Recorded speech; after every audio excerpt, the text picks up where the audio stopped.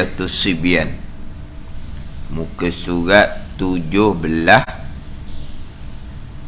baris yang ke-8 daripada atas. Muka surat 17, baris yang ke-8 daripada atas.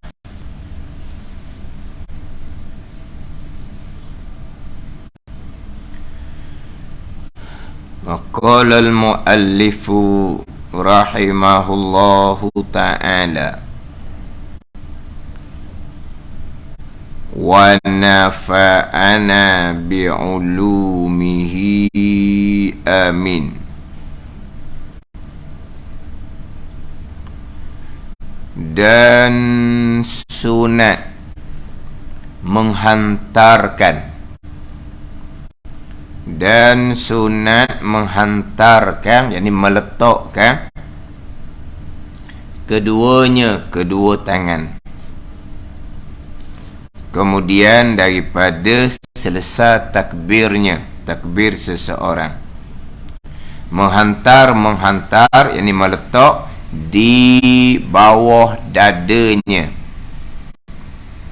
dan padahal cenderung sedikit kepada pihak kirinya.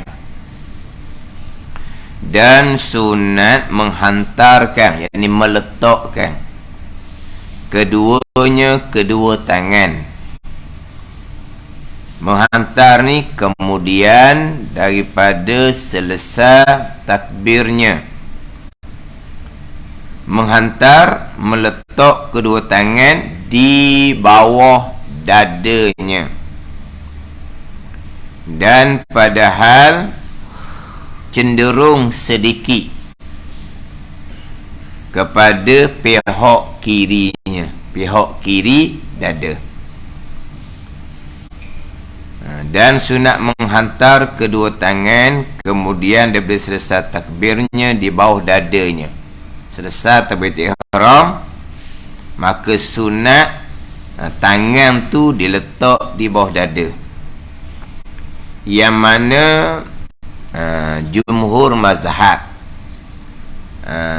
ketika berdiri selepas takbir, tangan tu pegang di dada ke di bawah leher ke, nanti kita akan bicara. Tapi tangan tu bukan maknanya lepas terus, bukan, melainkan mazhab Maliki.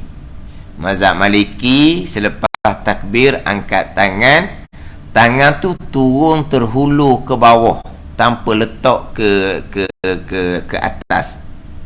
Letak tu di mana? Di bawah dada, di atas dada, di bawah pusat. Kita akan bicara balik. Sebab itu pun khilaf di kalangan ulama. Mazhab Maliki langsung tidak letak ke mana-mana. Mazhab Maliki tangan tu terus terhulu ke bawah. Mana kita kalau tangan tu terhulu ke bawah, no, rasa macam dok semayang lah kitanya. Rasa macam dok semayang kita. Macam dok berdiri gitu kan. Macam dok semayang lah. Itu mazhab Maliki. Sama dengan Syiah. Syiah pun begitu juga. Dia sembahyang, tangannya terhulur. Jadi kalaulah kita melihat orang yang sembahyang tangannya terhulur tanpa pegang, jangan kita terus tuduh Syiah. Sebab mazhab Maliki pun tangan tak pegang juga. Tak ada ni. Tapi kalau biasa orang marifat kita ni, kalau tangan tak pegang tu Syiah lah. Tapi bukannya Syiah. Mazhab Maliki pun tangan terhulu. Hal ni bicara berkaitan dengan kedudukan tangan di mana selepas daripada selesai takbiratul ihram. Selepas ada selesai takbiratul ihram, yang kita panjang 2 minggu lepas. 2 minggu dah. 1 minggu tu cuti selepas raya, 1 minggu tu cuti hari pekerja 1 Mei. Kan raya hari Sabtu, hari Isnin yang pertama tu jabat buka tau. Kena buka hari Isnin pertama tu. Hari Sabtu raya, Ahad, Isnin, Selasa buka tau. Isnin tak buka lagi lah. Lepas tu Isnin kemudian tu pula 1 Mei hari pekerja. Jadi 2 kali tak ada Isnin lah. Jadi kalau kita bicara bulan Ramadan yang terakhir tu, bicara berkaitan dengan tinggi rendah ketika mengangkat kedua tangan. Sama ada ketika takbiratul ihram angkat tangan tinggi mana, ketika rokok iktidal sama je angkat tangan tinggi mana, ketika bangkit dari tasyahud awal kepada rakaat 3 pun sama juga tinggi mana angkat tangan tu. Kemudian jangan lupalah yang sudah tekan berulang kali, tangan yang diangkat tu, yang pertama tangan ni buka. Buka. Kemudian kedua-dua belah tangan ni tapuknya, perut jarinya menghadap kiblat. Ni faham boleh ni. Buka, jangan ngokor. Kemudian menghadap kiblat. Jangan pula macam nak karate. Allah, tu karate tak ada karate. Betul, ini sunat hay'ah. Tapi perkara sunat kenapa buat salah? Memang ada orang takbir Allah, itu bukan menghadap kiblat, itu menghadap pipi. Apa nak panggil? Dia nak karate. Menghadap kiblat. Kemudian kedudukan jari ni cerai yang sedikit, jangan cerai banyak. Jangan rapat tu mazhab Hambali, cerai yang sedikit. Kemudian tangan tu condong ke hadapan sedikit. Ni betul-betul. Ni condong ke hadapan sedikit. Tu keadaan tangan tu, kedudukan tangan. Kemudian angkat tu tinggi mana? Ni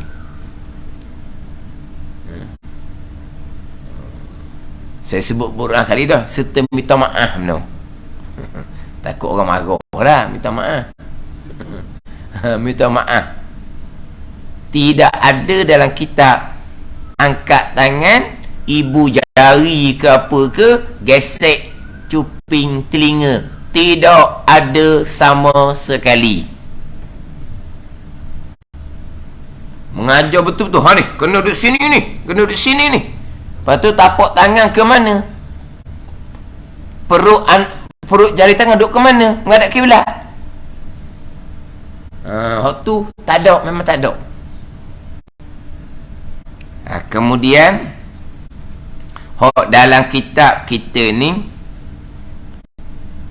angkat tangan ketinggian dia berbetulan hujung jari dengan cuping telinga sebelah atas. Berbetulan. Kemudian yang tidak ada yang kitab kita ni, berbetulan ibu jari dengan cuping telinga yang di bawah, sebelah bawah. Macam mana berbetulan hujung jari dengan cuping telinga sebelah atas, ibu jari cuping sebelah bawah? Saya tengok balik dalam FB tu, nampak tinggi sangat. Dia berbetulan ni kepada hujung. Mana sini boleh? Hujung jari berbetulan dengan cuping telinga sebelah atas, ibu jari berbetulan dengan cuping telinga sebelah bawah. Boleh? Gini. Ni tak ada ni, minta maaf, tak ada ni. Berbetulan, bukan so gesek, bukan so sentuh, bukan so jamuh. Berbetulan. Lepas tu kita nak condong ke hadapan sedikit. Bukan straight, condong ke hadapan sedikit. Sekarang berbetulan telinga lah kita letak. Dia jari, hujung jari berbetulan dengan cuping telinga sebelah atas, ibu jari berbetulan dengan cuping telinga bawah. Berbetulan. Tapi panjang ayat. Mana apa? Berbetulan dengan telinga. Tapi ni jangan banyak ni, sikit je, cerah sikit je. Kemudian hak dalam kitab ni tak ada tapak membetuli bahu, tak ada dalam kitab ni. Jadi dalam kitab Idatul Sibyan ni, ini pandangan dhaif, bukan pandangan muktamad dalam mazhab Syafi'i. Pandangan muktamad dalam mazhab Syafi'i, tapak membetuli bahu, jari membetuli telinga. Saya dulu baca beberapa kitab lah, hak kelas terdahulu tu. Jadi dalam hadis Nabi SAW ni, sahabat meriwayatkan Nabi angkat tangan ni, ada sahabat meriwayatkan membetuli bahu, ada sahabat meriwayatkan membetuli telinga. Ada sahabat meriwayatkan Nabi angkat tangan membetuli bahu. Ada sahabat meriwayatkan bahawa Nabi angkat tangan membetuli telinga. Sahabat yang meriwayatkan Nabi angkat tangan membetuli bahu, sahabat di antaranya Ibnu Umar radhiyallahu anhuma, Sayyidina Ali karramallahu wajhah, Abu Hurairah radhiyallahu anhu, Abu Humaid radhiyallahu anhu meriwayatkan Nabi angkat tangan membetuli bahu. Sahabat yang lain contohnya Wa'il bin Hijr, Malik bin Huwairis, Barra' bin Azib contohnya, Anas bin Malik contohnya, Nabi angkat tangan membetuli telinga. Tapi kena ingat baik, Imam Syafi'i membicarakan berkaitan angkat tangan ni, Imam Syafi'i berdalilkan hadis Ibnu Umar radhiyallahu anhuma membetuli bahu. Kana yarfa'u yadaihi hazwa mankibaihi izaftataha salah. Adalah Nabi sallallahu alaihi wasallam sentiasa mengangkat kedua tangan membetuli bahu apabila memulai solat dengan takbiratul ihram.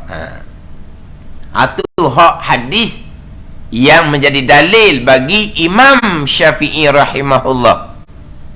Hadis riwayat Ibnu Umar radhiyallahu anhuma, Nabi mengangkat tangan hazwa mankibaihi, membetuli dua bahu. Kena ingat baik di situ. Tidak ada berkaitan dengan telinga. Cuma pandangan Imam Nawawi, apa makna hadis Nabi yang dia menjadi dalil dalam mazhab Syafi'i kitanya membetuli dua bahu. Kata Imam Nawawi rahimahullah, makna membetuli dua bahu ialah bahawa membetuli oleh segala hujung jari, membetuli sebelah atas dua telinga, dan membetuli dua ibu jari akan cuping ke sebelah bawah, dan membetuli dua tapak tangan akan dua bahu. Ni hak Imam Nawawi. Hak Imam Syafi'i memilih hadis membetuli dua bahu. Imam Nawawi ni betul lah membetuli dua bahu, tapi Imam Nawawi ni dia himpun dengan hadis membetuli telinga.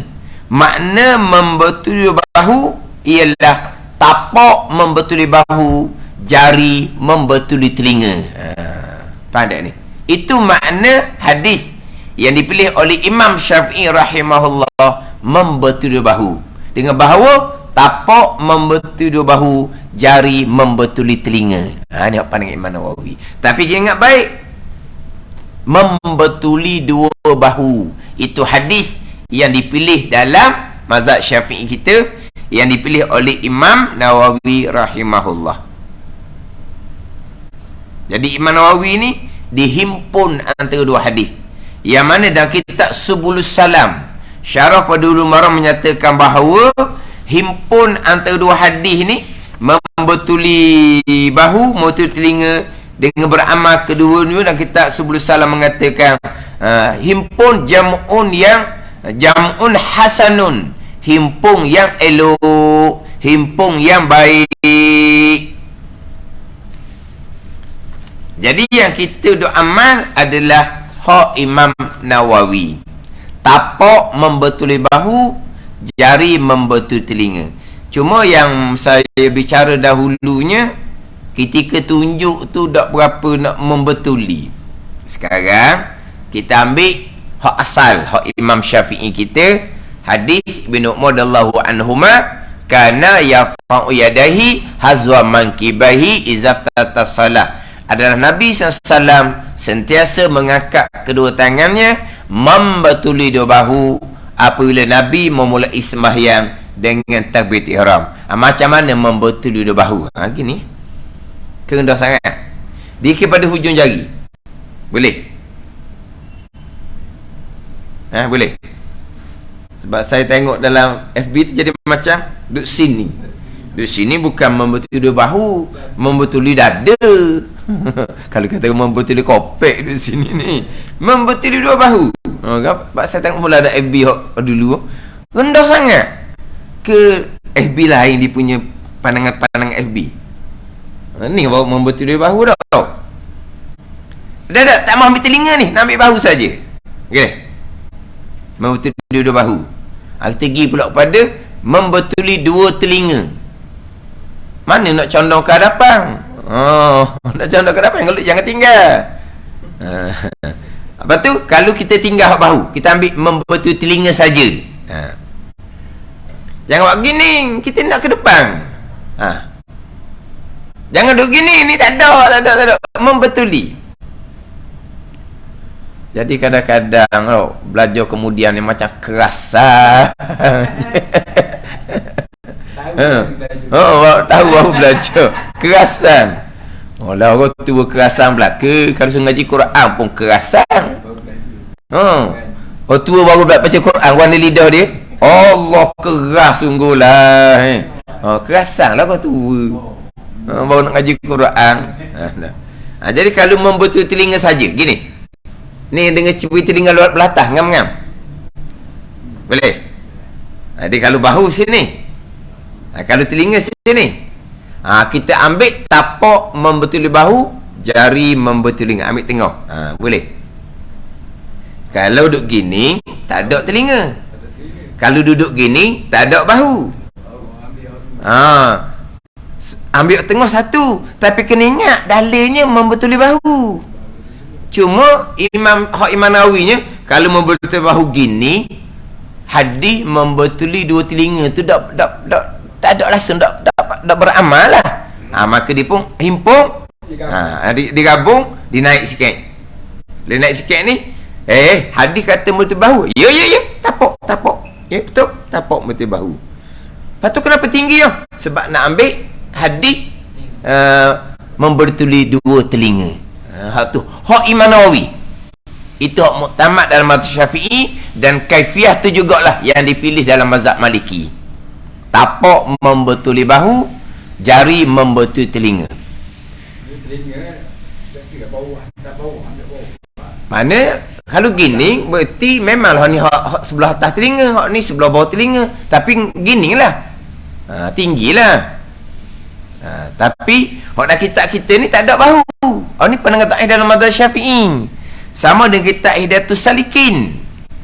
Adapun dalam kitab Sairus Salikin, tapak membetuli bahu, jari membetuli telinga. Dan kitab Sairus Salikin, ada kitab Sairus Salikin, tapak membetuli bahu, jari membetuli telinga. Dan kitab Bidayatul Hidayah Imam Ghazali nya membetuli bahu. Hidayatus Salikin tidak ada bahu, membetuli telinga. Sama dengan kitab Hidayatus Sibyang kita ni. Ini bukan pandangan muktamad mazhab Syafi'i. Jadi hanya telinga saja. Tapi bukan pegang tak ada. Tapi tu kalau dia ambil gini, menghadap kiblat tak betul dah. Jari ni jangan cerah jauh tak betul dah. Kemudian hak lain banyak lagi hak lainnya. Tapi hak membetuli bahu, hak hadis yang dipakai dalam mazhab Syafi'i memang buang terus, tak pakai. Mazhab Syafi'i macam mana gitu. Jadi hak hadis membetuli bahu rendah, membetuli telinga tinggi. Ada pun mazhab Hanafi, hadis membetuli telinga untuk orang lelaki, hadis membetuli bahu untuk orang perempuan sebab dia lebih tertutup.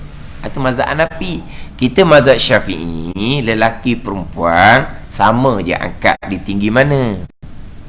Ada pun mazhab Hambali, dia tak terima cara Imam Nawawi ni dalam mazhab Hambali. Jadi mazhab Imam Nawawi kita ni ambil tengah, tapak membetuli bahu, jari membetuli telinga. Tu ambil tengah. Sebab memang membetuli ni kata Ibnu Qudamah, ulama dalam mazhab Hambali, dia ada Mughni Ibnu Qudamah tu. Memang membetuli dengan makna hujung jari ni. Kalau membetuli telinga, hujung jari ni membetuli telinga. Kalau membetuli bahu, hujung jari ni membetuli bahu. Di ke situ. Di ke pada sini. Kata Ibnu Qudamah. Ini ulama dalam mazhab Hambali. Membetuli telinga, mesti hujung jari membetuli telinga sebelah atas. Membetuli bahu, hujung jari membetuli bahu sungguh. Jadi kalau duduk sini Imam Nawawi ni, mana sebenarnya? Sebab tu dalam pandangan mazhab Hambali, ambil bahu saja duduk sini, ambil telinga saja duduk sini. Pilih antara dua hadis. Biar sahih. Kalau ambil tengah, abang apa? Tak tahu tengah tepi ni. Nak ambil hadis bahu ke nak ambil hadis telinga? Ambil dua-dua. Ambil salah satu dua-dua. Pada ni. Itu mazhab Hambali. Tetapi kebanyakan orang bermazhab Hambali membetuli dua bahu. Sebagaimana Imam Syafi'i sendiri hanya membetuli dua bahu, tidak ada sebut hati telinga. Sebut hati telinga ni Imam Nawawi.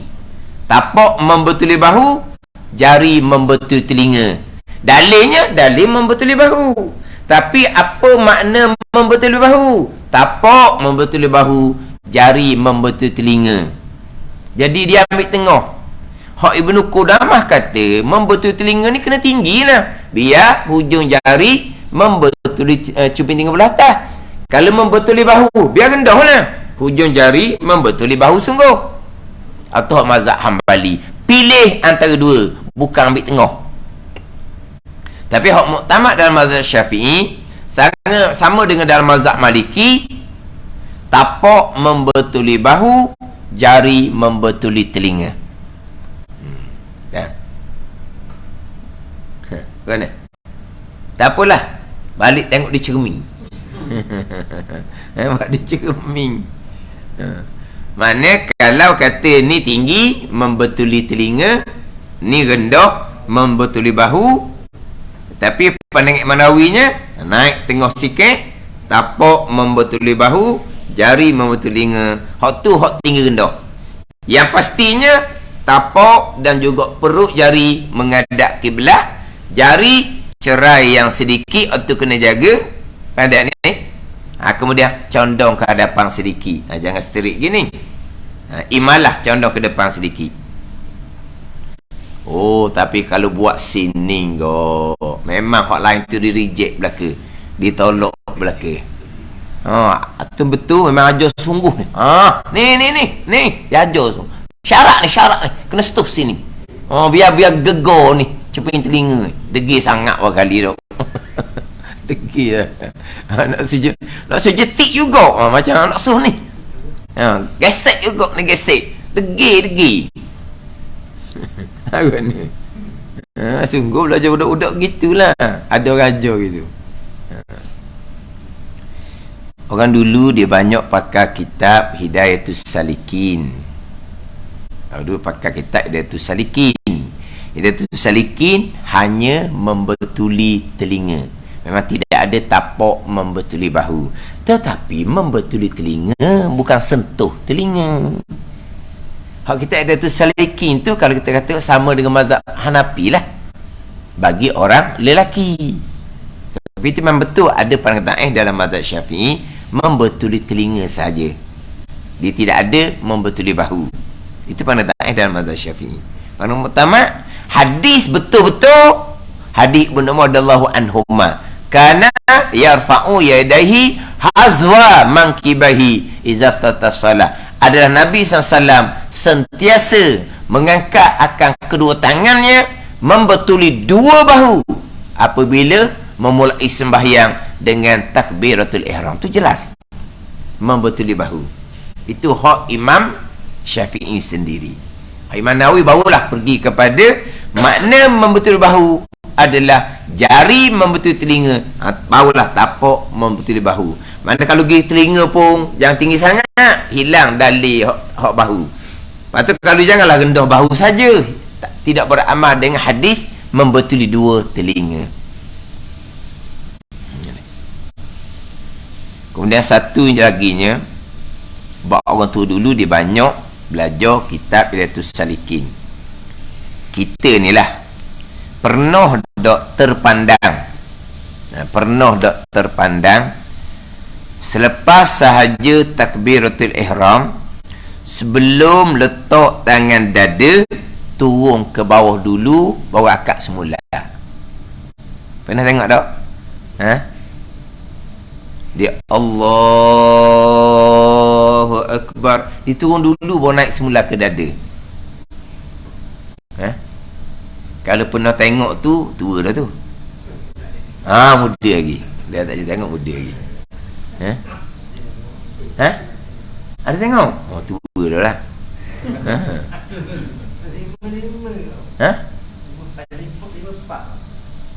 Oh, 54.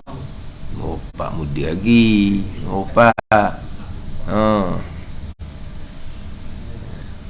Satu lagi, biasa tengok dah orang ambil semayang disapu tekuk. Disapu kepala, sapu telinga, disapu tekuk. Pernah tengok tak? Sekarang? Jarang tau. Sapu tekuk tu kerana dia panah ke mana?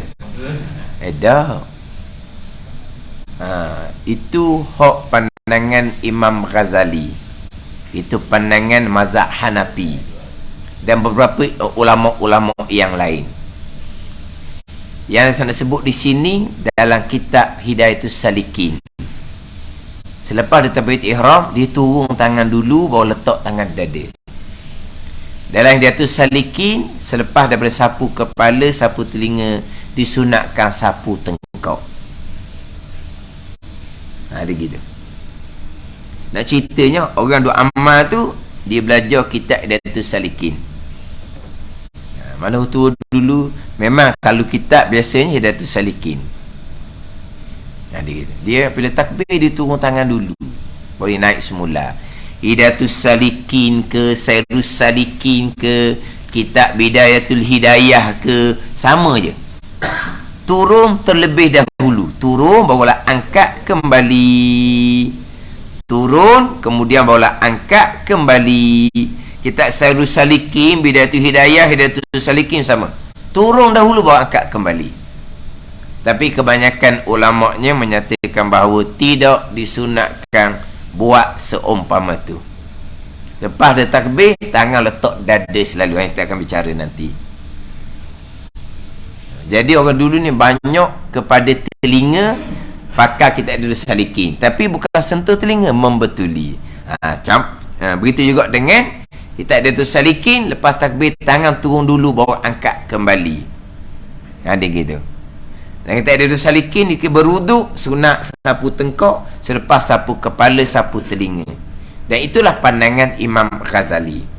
Tapi itu bukan pandangan muktamad dalam mazhab Syafi'i.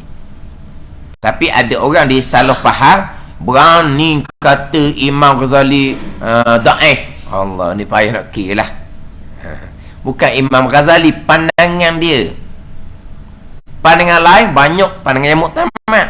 Tapi ada satu-satu pandangan daif. Disebut kata pandangan Imam Ghazali daif dalam satu perkara, berani kata Imam Ghazali daif. Ini orang yang bermasalah. Dia tak faham. Tapi orang seumpama ni lepas takbir dia tak dada lalu juga, tak tengok bawah juga. Faham tak? Dia pandangan Melawi banyak daif. Bahkan pandangan Imam Syafi'i sendiri pun ada dihukumkan daif oleh ulama-ulama yang mengikut Imam Syafi'i. Apa ada ni? Pandangan imam tu imam muktabar belah ke ada pandangan mereka? Dia faham situ. Oh, berani kata Imam Ghazali daif pandangan. Tengok ni payah kira. Dia ada orang kadang-kadang dia ada masalah lain lah.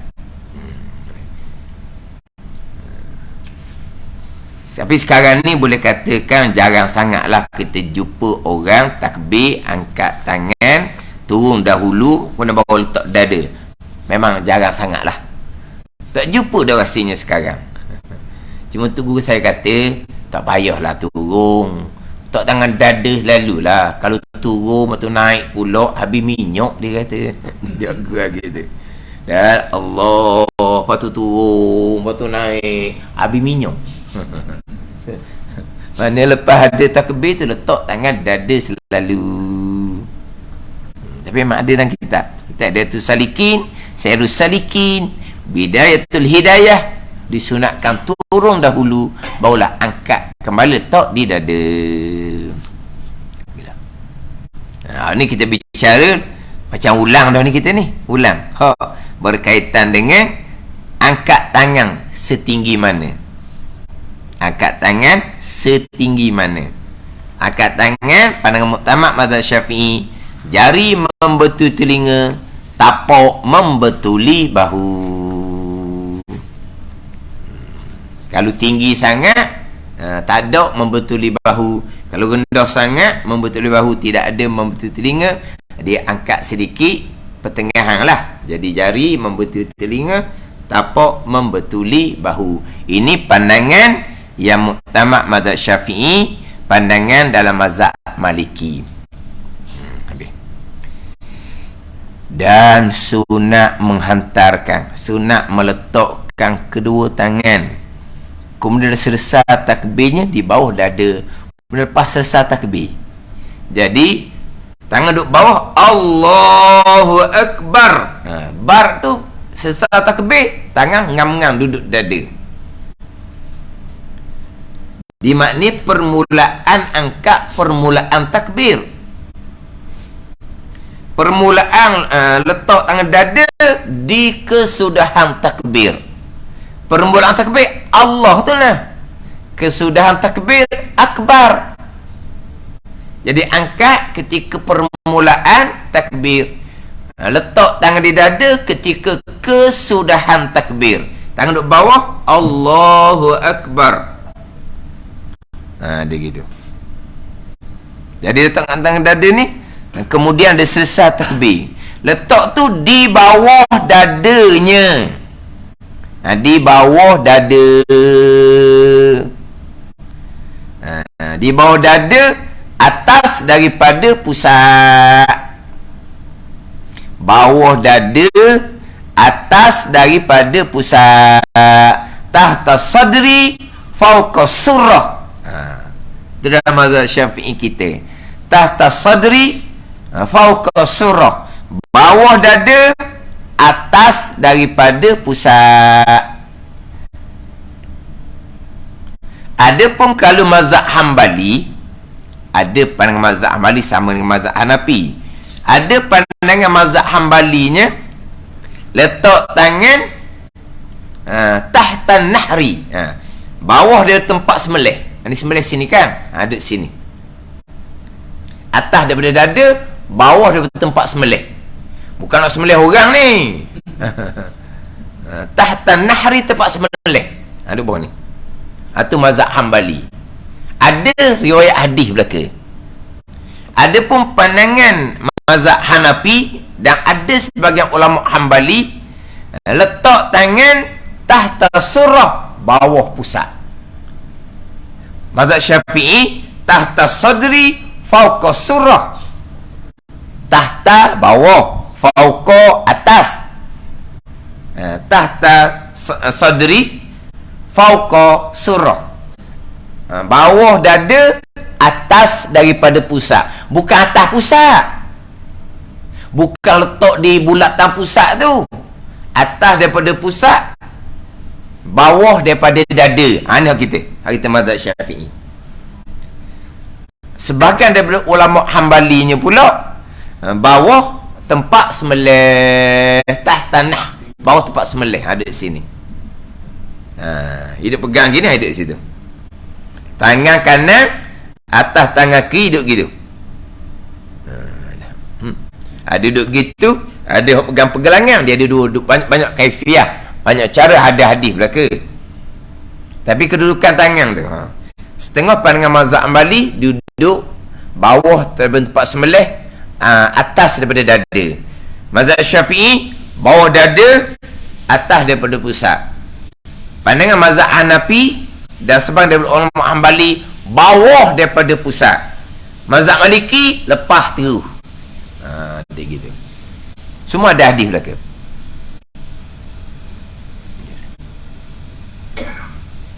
Ni orang ceramah lah. Wallahu a'lam lah, dia ambil mana. Orang ceramah. Nabi ada buat belaka, dia kata. Bawah dada, bawah tempat sembelih pun Nabi ada letak tangan. Bawah dada atas ada pusat, Nabi pun pernah buat gitu. Bawah pusat pun Nabi pernah buat gitu, dia kata. Tapi tengok situasi lah. Nabi letak tangan bawah daripada tempat sembelih, atas dada ni, Nabi sejuk, dia kata. Ini orang ceramah ni. Wallahu a'lam lah. Dia ada kitab ke tak tahulah. Orang ceramah. Lepas tu ada ketika Nabi letak tangan di bawah dada, atas ada pusat. Nabi masa tu tengah lapar. Tengah lapar kan? Tekan perut ni. Tengah lapar kan? Tekan perut. Tapi Nabi dalam situasi yang steady tu panggil dah. Situasi yang normal, Nabi santai letak di bawah pusat. Gitu. Letak bawah tempat sembelih atas dada, Nabi kesejukan. Letak di bawah dada, atas daripada pusat, Nabi dalam keadaan lapar. Hak Nabi hak keadaan normal, hak biasa santai, Nabi letak di bawah pusat. Dan kalau kira untuk merapatkan sah betul-betul bahu, rapat bahu, tangan duduk bawah pusat. Tahulah boleh rapatkan sah bahu dengan bahu. Kalau mazhab Syafi'i kita, tangan duduk atas. Bila tangan duduk atas, siku akan ambil ruang. Kalau tangan duduk bawah pusat, siku duduk ke dalam. Bahu kita rapat sama-sama bahu ni. Apa? Siku ni, tangan bawah pusat, siku ni masuk dalam. Tapi bila tangan ni atas daripada pusat, bawah dada, maka siku ni ambil ruang dah, dia kata. Ada ni. Hak ni kadang-kadang hak jenis pulak, hak jenis kuruh siku dia pulak tajam, makan rusuk kita. Dia tikang rusuk kita. Sebab tu kalaulah kita dalam keadaan bagaimana? Terlampau rapat, kalau kita rasa dah siku kita ni ganggu sebelah ni, kita turunkan tangan kita, letak bawah dia pusat, maka siku kita akan masuk ke dalam.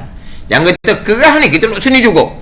Siku kita ni dah lah tajam, kuruh tuang ni. Orang sebelah tu kena dia punya tulang rusuk.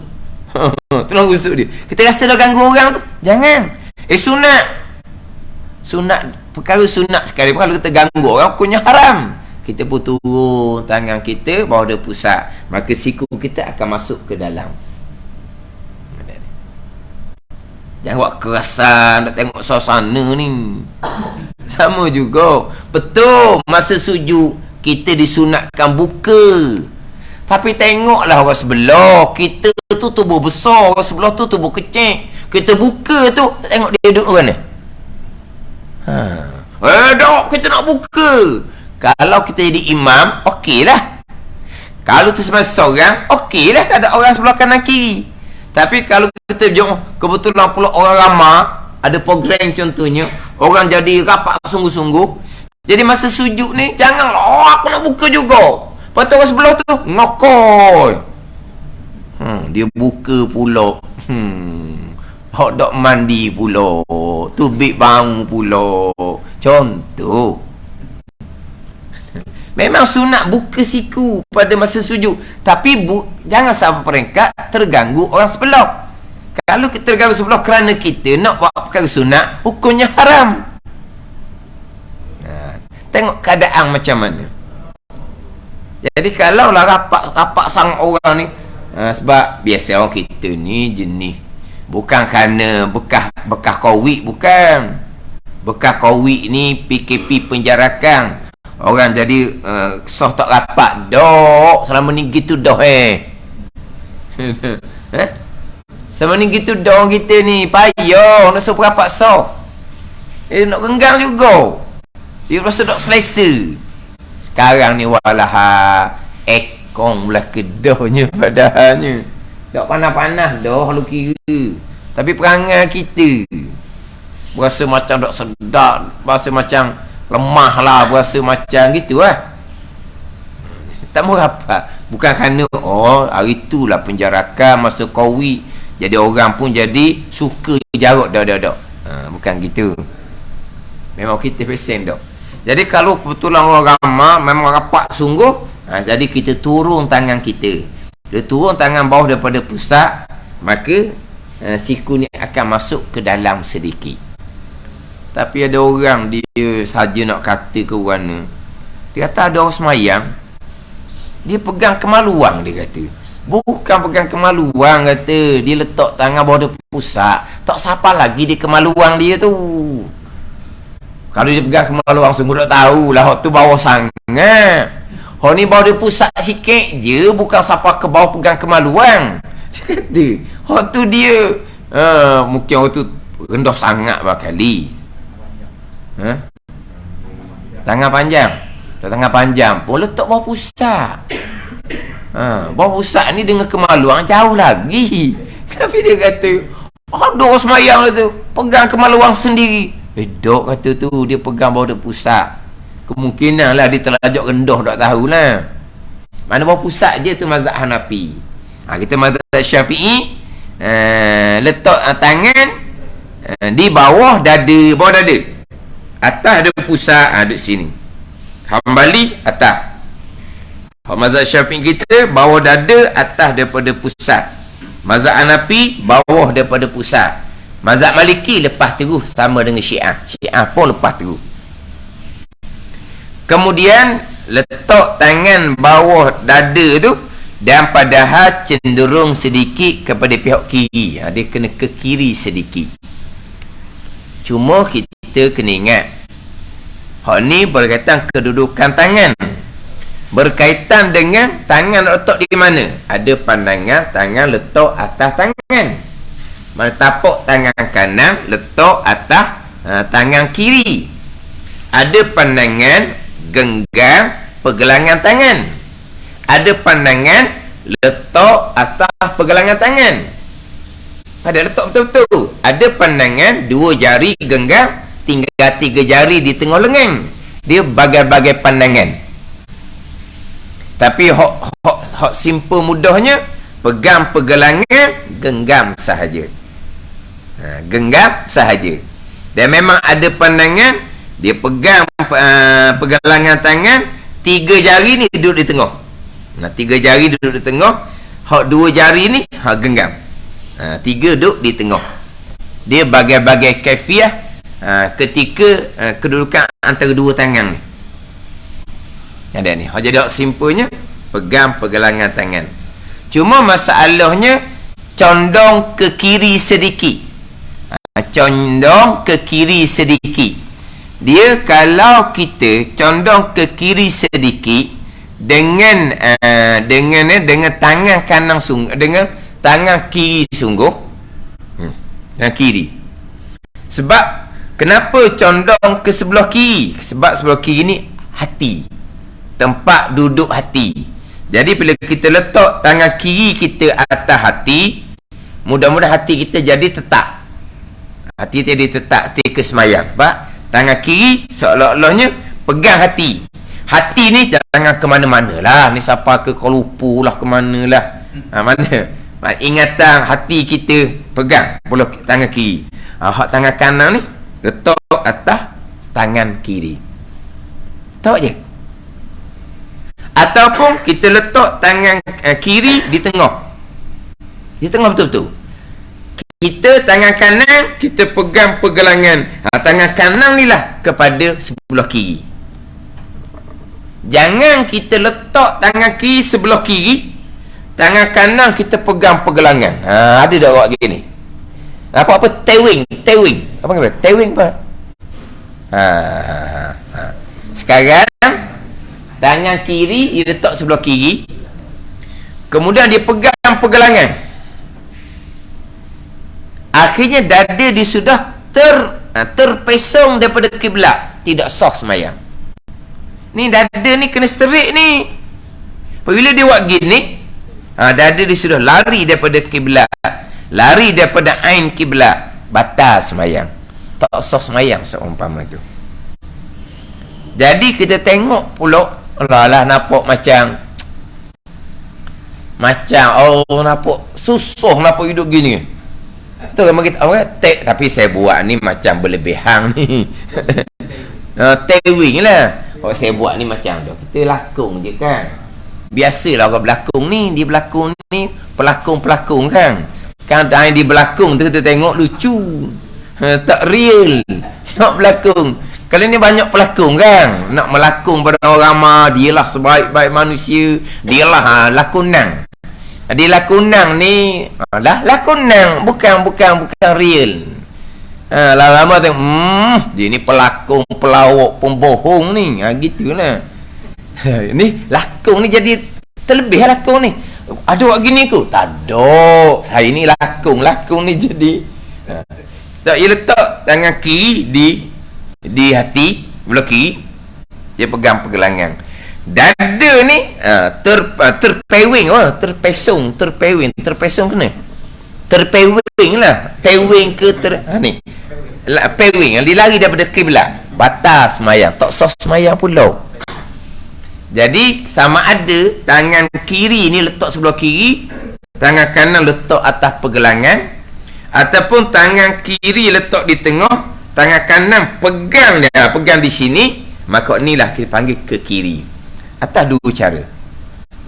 Tapi kalau letak dah tangan kiri ke sebelah kiri, pegang pergelangan pula, memang dia akan jadi tidak stabil. Tidak stabil. Semua ni nak stabil, tegak je. Dan keadaan normal kejadian tubuh badan kita. Normal kejadian tubuh badan kita. Biar duduk gitu. Tak ambuh jadi macam dalam keadaan yang tak normal. Ni contoh-contoh. Ada orang belajar, kita berdiri menghadap kiblat dengan dada, muka sunat menghadap kiblat, kaki dia kata ke kanan ke kiri, dia kata tak menghadap kiblat. Dia pun ajar nak murid dia kena buat kaki gini. Ada ni, kita berdiri kan. Jadi kaki kita normalnya macam mana? Bukan begitu.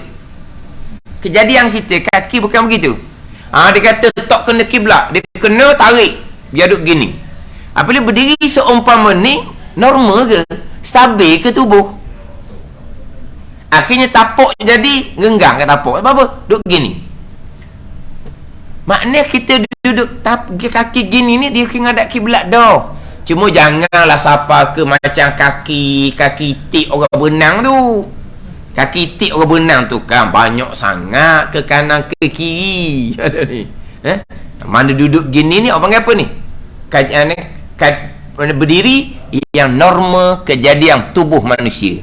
Tapi kalau dia buat siapa begini, konon-konon nak ngadap kiblat sungguh, dia tidak berdiri yang normal kejadian manusia. Dia akan jadi macam dak gagah lah. Dak tewing apa macam dak stabil. Dak stabil. Sebab dia kata orang berdiri ni tak ngadap kiblat, kaki duduk gini. Ini kejadian manusia. Memang kaki duduk gini. Cuma janganlah buat banyak sangat. Tarik sikit. Tapi taklah sampai di gining. Biar duduk nak kena biasa. Samalah kalau kata lari ke kiri sangat, gining. Nak semayang duduk gining orang sebelah pun terganggu kita berkali tu. Jadi condong sedikit ke kiri. Kalau dengan tangan kiri pun boleh. Tapi maknanya jangan sampai ke seolah-olah dada kita sudah nak lari daripada ain kiblat, maka menyebabkan tidak sah sembahyang. Nabilah. Selesai berkaitan dengan angkat tangan, kemudian letak tangan di dada. Dan sunat dijazamkan akan takbirnya. Allahu Akbar. Sunat. Bukan kata Allahu Akbaru. Tak ada orang takbir. Allahu Akbaru. Kejut kan dengar. Sunat jazamkan Allahu Akbar. Memanglah kita jazamkan Salah satu alamat jazam adalah sukun bagi mati. Tu bagi depan tu. Memang sunat jazam. Allahu Akbar. Memang kita Allahu Akbar. Kalau kata Allahu Akbaru boleh, tapi sunat jazam. Kalau buat gitu memang orang akan pelik lah. Allahu Akbaru. Tu pun cerita. Kita cerita lah. Sunat jazamkan ketika takbiratul ihram. Wallahu a'lam. Bismillahirrahmanirrahim. Alhamdulillahirabbil alamin. Wassalatu wassalamu ala sayyidil mursalin wa ala alihi wa sahbihi ajma'in. Allahumma ftah alaina futuhal arifin. Allahumma allimna ilma akdamin wa fahimna famas sabiqin warzuqna ruqat talibin. Allahumma zidna ilman wa alhiqna bis salihin. Wa sallallahu ala sayyidina Muhammad wa ala alihi wa sahbihi wa sallam. Walhamdulillahirabbil alamin.